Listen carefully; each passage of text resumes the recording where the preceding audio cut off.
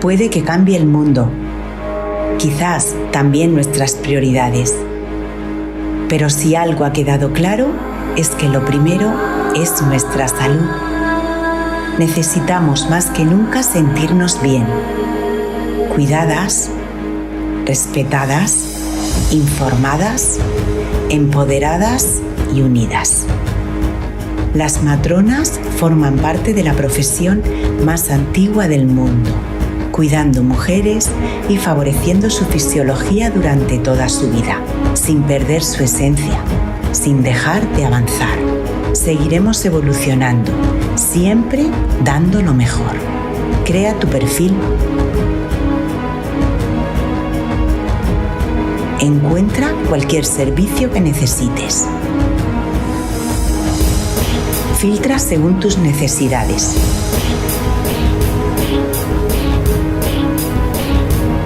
Compara las valoraciones y comentarios de otras usuarias. Comparte a través del foro internacional. Intercambia, busca o vende cualquier producto. Estamos preparadas para el siguiente paso.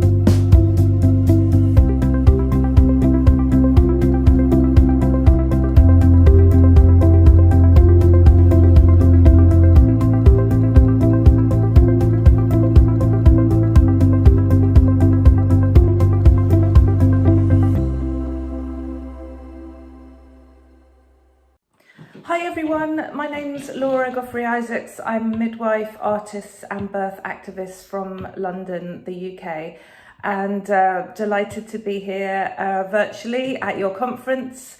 And I'm going to be talking to you today about a project that I've been running for the last 4 years called Maternal Journal. And we've just recently published our first book, which is a guide to journaling, Maternal Journal, a creative guide to journaling through pregnancy, birth and into beyond. So I'm really hoping that that will be a publication that you'll be interested in and find useful. So this presentation is going to just give you a bit of background into the project and at the end also talk a little bit more about how we've put the book together. So Maternal Journal, as its name suggests, is a project that is specifically targeted at people that are pregnant, have given birth, are taking their journey through into motherhood, parenting, and it's really trying to address the issues that we particularly have in the UK, and I'm sure you do in other parts of the world as well, with maternal mental health. So people that have given birth and the extreme pressures that they find, the lack of support often in society, some of the damaging stereotypes we have around what that looks like or what it should be on social media, and generally sort of dominant cultural narratives that put a lot of pressure on people as they enter this phase of their life. And as I said at the beginning, my background was in the arts, and what I've tried to do with this project is bring some of the creative strategies that I've used in the past as a producer together with my interests and experience as a midwife to try and set up a project that can support people with their mental health going through this journey. So it's really a project that's quite multi-layered. So it's about supporting people coming together in a group, and I'll talk a little bit more about that. We have a sort of group format, but it's also supporting people to journal on their own, to find their creativity in themselves, to develop a ongoing practice of journaling to support their mental health throughout their lives, really, we hope. And also a way of connecting with other people, sharing experiences, and getting support in those community ways. So as I said, I'm one of the producers. I'm also now co-producing the project with Sam, who's on the left-hand side there with her baby, who's a communication specialist. And when we set up the first group, we had an amazing group of people come, most of whom were pregnant or mothers already, some of them, or onto their second or third pregnancy. And some of those people have stayed with the project, and now we call them our founding mothers. So this is a group of some of our founding mothers who really helped to inform the project with their own lived experience, not only of pregnancy and birth, but also of mental health issues during that period. So what is journaling? So it might be a term you're familiar with. If not, you might be more familiar with the idea of keeping a diary or a sketchbook. So what it is really is a kind of a regular practice where you'd use some kind of notebook or exercise book where you would be able to note down your thoughts, your feelings, your reflections, document what's happening to you. And it's a creative space where you also might draw, you might write, you might stick things in, pick up references that you get from having visited exhibitions or other cultural experiences or holidays or trips away. So it's a kind of a regular document that's just for you. It would be in some kind of book, but that could have lined paper, or it could be an open book like a sketchbook. So why would journaling be important through this journey of pregnancy, birth and beyond? So on this slide, I talk about some of the sort of key aspects of the project. So if you've gone through this yourself, or as a midwife, you're supporting other people going through it, you know that it's a time of great change, challenge, physical challenges, emotional challenges, but it's also an opportunity for growth. And also, because of that, it's a space where you might want to reflect on your past, your own parenting that you experienced, your own feelings about starting to become a mother or a parent. It's also a space in which you can not only reflect on your own personal experiences or thoughts and feelings, but also your social and political views on parenting, mothering, pregnancy and birth. It's a creative space, and there's a lot of documentation now and research into the benefits of creativity and how it can support mental health and well-being. And it's also a space where you can have connection with others through our workshops, but also through sharing stuff online or talking to friends about their journaling. It's a way where you can understand how perhaps some of your experiences are very much shared experiences. And, you know, we all go through those kind of changes and challenges, but also you might learn from others about the particularity of their experience, and give you other perspectives, cultural and social political perspectives on parenting. So the other aspect of journaling that I think it's really interesting to consider is the kind of historical legacy. So I was talking at the beginning about this idea of a diary, and that historically would probably be a term that we might be more familiar with. And often in times historically where particularly women had less access to, you know, becoming a professional artist or writer or journalist, using a diary was an acceptable form of creativity. And an acceptable space in which to also express your views, social and political views. And so you see quite a lot of diaries historically that were written by people who were very mindful of the audience, and they were writing in order for their diaries to be published so that they had a voice. And I think that legacy is really important and very powerful. And it's something that we can look back at, some amazing diaries and sketchbooks kept by women over the centuries. And it's also something that is a continuum. So people journaling now, keeping a diary now, feel that they're connected to that history as well. And this slide is one of a really wonderful sketchbook kept by the artist Frida Kahlo, who you might have heard of. It's a Mexican revolutionary, very important artist. And her sketchbook, she actually kept them as private documents. She didn't want them to be public. So that's another aspect of journaling that I think is really interesting, that it can be a very private space. It can be a space that's just for you. You keep that diary in a special place. You keep it closed. You don't share it with people if you don't want to. So it's a space where you can be really open and honest with yourself, and not just necessarily something that you want to share. So some people want to journal in that way. Other people, as I was saying before, use it as something that then they can use to connect with others and make public their views and thoughts and feelings. So Frida Kahlo's sketchbooks were private documents, though they have since been published, and that's another quite interesting aspect of what kind of permission we give and how we kind of safeguard what we create in our journals. This is another example of a really important diary by Ida B. Wells, who was 19th century suffragist and civil rights campaigner, and she wrote a lot about the social injustice that she was experiencing and other Black people were experiencing in America at the time. So that is a really important social document, that diary, and I think she was definitely, and did work as a journalist, and was definitely mindful of the fact that her diaries would become these public statements. And then there's lots of wonderful contemporary journals, particularly those around childbirth, motherhood and parenting are ones that we tend to look at in the project. So on the left on this slide is from a fantastic publication by a British poet called Holly McNish, and she wrote a book called Nobody Told Me, which documents the first 2 years of her life as a mother, her pregnancy, and it's interspersed. It's a sort of diary, but interspersed with poems, and it's a very raw and often funny but deeply political book about the experiences of becoming a mother, and she was quite a young mother as well. And I often recommend that to people that I'm looking after through pregnancy, as opposed to a kind of a pregnancy manual. I find this is like a far more kind of informative and entertaining and enriching read than a manual that's kind of telling you what to do.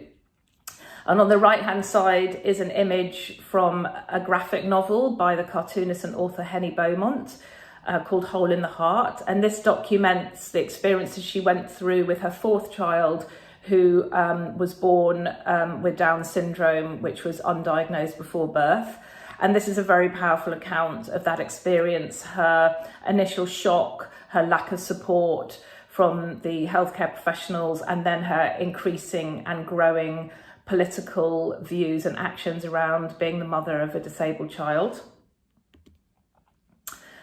So talking about Henny's work and also some of these other journals here that you can see, I think what's great about a lot of the contemporary accounts of mothering and parenthood is they are, starting to introduce far more diverse voices from the margin, mothering and parenting experiences that haven't been part of the mainstream. So Nefertiti Austin on the left, Motherhood So White, which is an account of being a Black mother in America. And on the right-hand side, Pregnant Butch, which is a graphic novel by cartoonist A.K. Summers, which is about her experiences of being a butch lesbian mother. So these, I think, really expand our understanding of what people in these kind of situations and their individual experiences and the wider cultural and social implications of the types of narratives that we're used to around parenting. So our project Maternal Journal tries to support people to create their own journaling practice. And the main mechanism for us to do this is to create these journaling guides.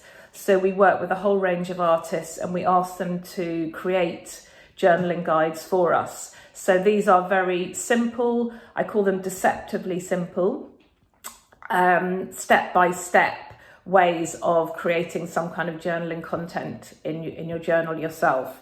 We introduce people to different techniques, different genres, different artists. So on the left-hand side is a guide by a Black British artist, visual artist called Bienestar, and this is called Revolutionary Mothering. So she takes you through a series of writing prompts to think about your own revolutionary mothering, how, you know, what you do and your situation, whatever that may be, can be transformative for yourself and for your child. And on the right-hand side is another guide by a Black British poet called Tolu Akbalesi. This is called Writing into the Gap with Poetry. So she introduces, again, a series of writing prompts. She uses this type of writing called free writing. So she'll give you a prompt, an idea, and then give you a very short amount of time in which to respond. And she asks you to not overthink it. So a lot of these guides are about trying to free people up to support their own creativity, but also provide simple steps that anyone can try. So you might think, I'm not a writer, I'm not a poet, I'm not an artist. That may be the case in your life, but everyone is creative, and these guides help everyone to explore their own creativity. And we also have a series of what we call mini guides. So we've got about 30 of these, which were created at the beginning of the pandemic when people were in lockdown and we were trying to support their creativity in simple and quick ways. So these maybe have only 1 or 2 steps, and they can be shorter. So on the right-hand side, we've got this lovely guide called Amazing Hands by Alice, and she asks you to draw around your hand and then write into your hand everything that hand has done. So all the care work that you've done, all of the tasks that you've done in the day. And it's a really interesting way to kind of reflect on your role, maybe as a mother, as a parent, your thoughts about the kind of care work you do, whatever your situation. And a lot of these guides you can repeat, so it's quite interesting to do them at different stages, different times of the day, when you're feeling differently, so that you can explore, you know, different aspects of what's going on in your life and your parenting. So all of those guides are free to download on our website. So you can it's maternaljournal.org. You just go there, go to the journaling section, and have a look at all the guides, the ones that you are interested in. You can download them, print them off, or just use them for reference on your phone or your computer. A few other things we've been doing recently are called art-inspired journaling. So we're introducing people to some key artworks. So this is by an amazing American poet called Sharon Olds. This is called New Mother. And this very powerful poem talks about her first experiences of sex interaction with her male partner after birth, and how that she's reflecting on how she feels about her body and how her body feels differently after giving birth. So what we do is post the poem and then have a very short prompt, as you can see on the left-hand side. How do you feel about sex in your body after birth? So just providing the inspiration of maybe introducing that poet to someone for the first time, them being inspired by the poem. They might then want to go and look at more of Sharon Olds' work. And then also we provide a quick prompt so that if they want to then use that to create a piece of writing or a drawing or a poem, from that inspiration, that they can take that forward in their journal. So maternal journal groups are basically the way in which we bring people together into a community. We use one guide. Any of the ones that I just showed you could be used.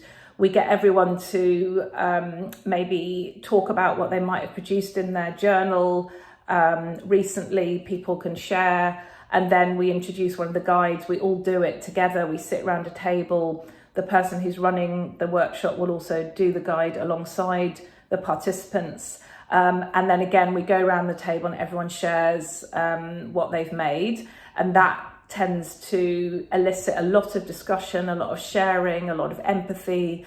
And it's a very safe space where people can be really honest about what's going on. And the guide hopefully has allowed them to unpack some experiences that they then might want to share with people. So you can see in these images on the maternal journal group slide, people often come with their babies. So sometimes the groups are very mixed. They might have some pregnant people there. They might have new mothers with babies. They might have people who have older children. Often the groups are mixed in that way. And that can be a really interesting way to also get insights into what it's like after you've given birth, what it's like with older children, how that mothering journey, that parenting journey is a continuum. This is some feedback from some maternal journal groups, and I think it just shows how people find this a very empowering space. It's a safe space, as I said, where people are often honest and open about what's going on for them in a way that they aren't in other types of mother or baby groups, where the emphasis is often on the baby, on practical parenting, and sometimes can be, not very helpful in terms of sometimes being a bit competitive, and people are sort of performing themselves as this ideal mother, which we often see, in the media. And yet this space, very much in contrast to that, is a space where people can be really open and honest about their experiences, and that can be very helpful for people to realise struggles they're having are shared, and also listen and hear about other people's experiences, which can also give them a wider perspective on their own situation. So this is the maternal journal book. Because the project's been running for 4 years now, we were really happy to get the opportunity to compile everything into this book. We see it as a very practical guide. So we've been able to commission a lot of new guides. So there's 80 guides in there. So there's a lot of material, which hopefully means it's a publication that people can keep going back to, they can use over the years. Alongside all the guides, there's also a sort of longer introduction to the project, a little bit of a potted history of journaling, like I was talking earlier about this historical legacy, a bit more about how journaling and creativity can support mental health and well-being. We also have some really good reading lists in there, so lots of journals that we suggest can be inspiring for you. Also organisations we recommend that can support parenting. And some art inspirations as well. So some wonderful poems, artworks by our contributing artists and others who've been really generous in the content they've allowed us to use. So you can see that the illustrations we use are very inclusive. They hopefully really help to make the material easy to navigate. Our illustrator, Merlin Evans, again, we've been able to commission a lot of new guides, new illustrations from her for the book. And you can see on the right-hand side, this drawing is by one of our artists, Jess Tom, Tourette's hero. So we've also, as I said, got lots of lovely journal images in there from participants from maternal journal groups, but also artworks and drawings from some of our contributing artists. So it's a very rich book visually, and also hopefully a book that will support you over the years with your own journaling. So again, here, this is our website, maternaljournal.org. You can also follow us on social media, Maternal Journal, there on Twitter, on Instagram, on Facebook. So yeah, we really hope that people, whether they are birth workers, midwives, or we have many doulas, psychotherapists, artists who also follow us and run groups. We hope very much that we can expand, people's interest. We're sorry that everything at the moment is in English, but it's a very visual book and it's a very visual project. So hopefully, if people have English as a second language to the level that they can read and follow our guides, that will be a way for people to engage with us as well. So thank you very much for having me. And if you would like to try Maternal Journal, follow us online, or also you can order the book on Amazon or any of the other platforms, book platforms internationally and through the UK. Thank you and have a great conference.